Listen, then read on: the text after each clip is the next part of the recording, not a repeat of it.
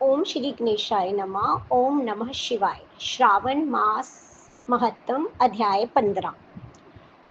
सुपोदन षष्ठी व्रत तथा अर्क विवाह विधि। संत कुमार बोले, हे देवेश, मैंने नागों का ये आश्चर्यजनक पंचमी व्रत सुन लिया। अब आप बताएं कि षष्ठी तिथि में कौन सा व्रत होता है और उसकी विधि क्या है। ईश्वर बोले, हे विपेंद्र, श्रावण मास के शुक्ल पक्ष में छठी तिथि को महामृत्यु का नाश करने वाले सुपोदन नामक शुभ व्रत को करना चाहिए। शिवालय में अथवा घर में ही प्रत्यन पूर्वक शिव का पूजन करके सुपोदन का नैवेद्य उन्हें विधि पूर्वक अर्पण करना चाहिए। इस व्रत के साधन में आम्र का लवण मिलाकर शाक और अनेक पदार्थों के नैवेद्य अर्पित करें। साथ ही ब्राह्मण को वायान प्रदान करें। जो इस विधि से व्रत करता है उसे अनंत पुण्य मिलता है। इस प्रकरण में लोग एक प्राचीन कहानी सुनाते हैं तो वो इस प्रकार है। प्राचीन समय में रोहिता नामक एक राजा था। काफी समय बीतने के बाद भी उसे पुत्र रत्न की प्राप्ति नहीं हुई। तब पुत्र की अभिलाषा में उस राजा ने अत्यंत कठोर तप किए। ब्रह्मा जी ने राजा से कहा, तुम्हारे प्रारब्ध में पुत्र नहीं है। तभी पुत्र की लालसा में वह राजा अपनी तपस्या से जरा भी विचलित नहीं हुआ। इसके बाद राजा तपस्या करते करते संकटग्रस्त हो गए। तब ब्रह्मा जी पुनः प्रकट हुए और कहने लगे, मैंने आपको पुत्र का वर तो दे दिया, लेकिन आपका ये पुत्र अल्पायु होगा। तब राजा तथा उनकी पत्नी ने विचार किया कि इससे रानी का बांझपन तो दूर हो जाएगा, संतानहीनता की निंदा नहीं होगी। कुछ समय बीत जाने के बाद ब्रह्मा जी के वरदान से उन्हें पुत्र की प्राप्ति हुई।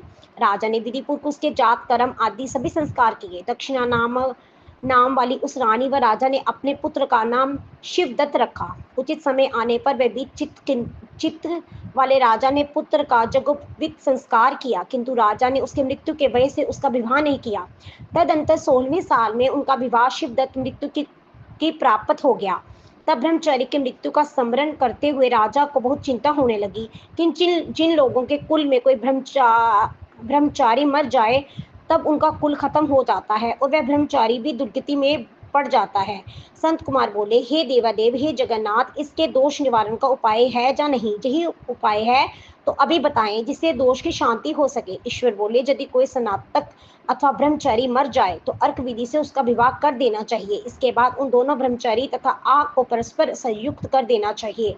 अब अर्क विवाह की विधि कहते हैं, मृत का गोत्र नाम आदि लेकर शेष काल का उच्चारण करके कर्ता कहे कि मैं मृत ब्रह्मचारी के दोष निवारण हेतु वे श्रृंग व्रत करता हूँ। सर्वप्रथम सुवर्ण से अभियुतिका करके अग्नि स्थान कर आधार होम करके चारों आहुतियों ओम भू, ओम भूभा, ओम स्वः, ओम मह से हवन करना चाहिए। इसके बाद व्रत अनुष्ठान के उत्तम फल के निर्मित व्रतपति अग्नि के संपानार्थ विश्व देवों के धृत की आहुति डालें।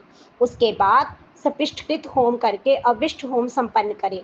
पूर्ण देश काल और उच्चारण करके इस प्रकार बोले, मैं अर्क विवाह करूंगा। उसके बाद स्वर्ण से अभ्युतिकृत करके अर्क शाखा तथा मृतिक की देह को तेल तथा हल्दी से लिपित करके पीले सूत से वचिष्ठ करे और पीले रंग के 2 वस्त्रों से उन्हें ढक दे। इसके बाद अग्नि स्थापन करके और विवाह विधि में प्रयुक्त जोचक नामक अग्नि में आधार होम करें व अग्नि के लिए आज्य होम करें। उसके बाद चारों विहातियों से ओम भूर्व, ओम भुव, ओम स्वः, ओम मः बृहस्पति तथा कामदेव के लिए आहुति प्रदान करें।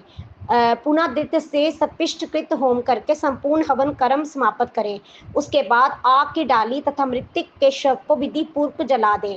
मृतिक अथवा मृगमान के निमित्त 6 वर्ष तक इस व्रत का अनुष्ठान करना चाहिए।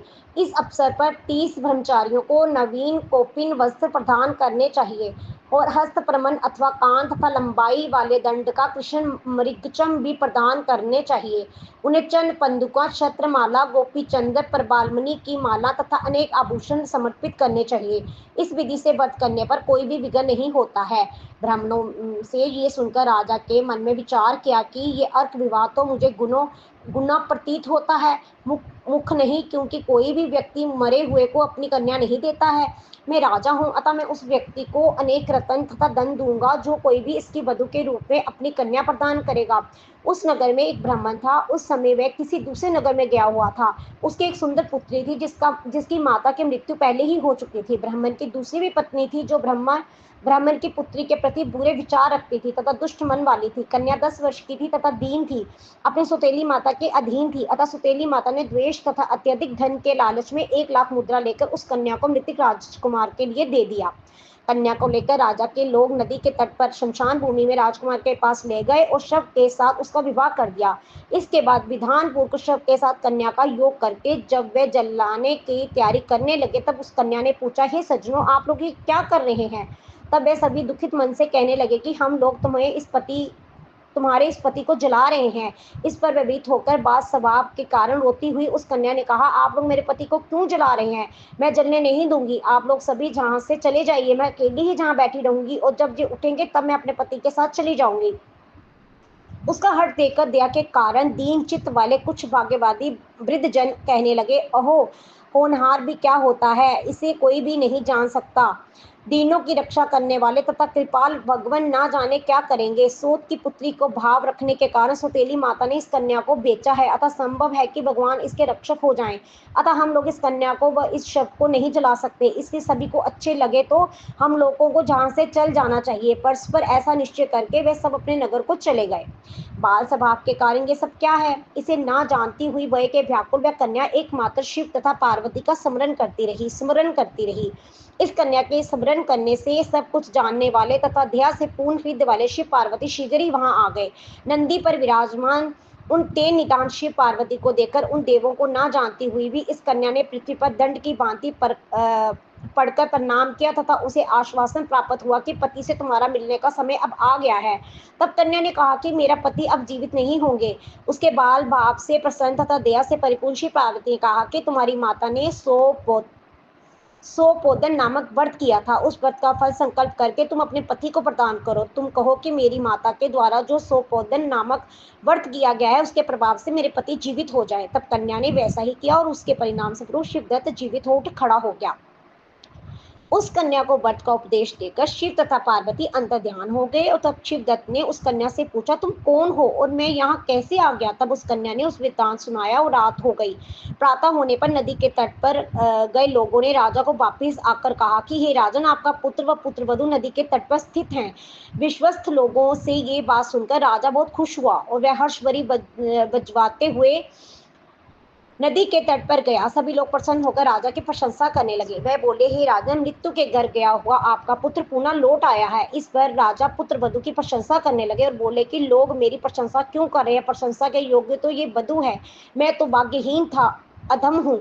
धन्य और सौभाग्यशाली तो ये पुत्र वधु है, क्योंकि इसी के पुण्य प्रभाव से मेरा पुत्र जीवित हुआ है। इस प्रकार अपने पुत्र वधु की प्रशंसा करके राजा ने दान तथा सम्मान के साथ श्रेष्ठ ब्राह्मणों को पूजन किया और ग्राम से बाहर ले जाया गया। मृत व्यक्ति के पुनः ग्राम में प्रवेश करने से संबंधित शांति के विधि को ब्राह्मणों के निर्देश पर विधिपूर्वक संपन्न किया। हे वत्स, इस प्रकार मैंने आपसे ये सुपोदन नामक व्रत कहा। इसे 5 वर्ष तक करने के अनंतर उद्यापन करना चाहिए। पार्वती तथा शिव की प्रतिमा का प्रतिदिन पूजन करना चाहिए। प्रातःकाल आम के फलों के साथ चरु का होम करना चाहिए। साथ ही नैवेद्य तथा वायान अर्पित करना चाहिए। मनुष्य यदि व्रत की बताई गई इसी विधि के अनुसार आचरण करें तो वह दीर्घजीवी पुत्र प्राप्त करके मृत्यु के बाद शिवलोक जाता है। इस प्रकार से स्कंद पुराण के अंतर्गत ईश्वर संत कुमार संवाद में श्रावण मास के महत्व में सुपोदन षष्ठी व्रत कथन नामक 15वां अध्याय पूर्ण हुआ। हर हर महादेव।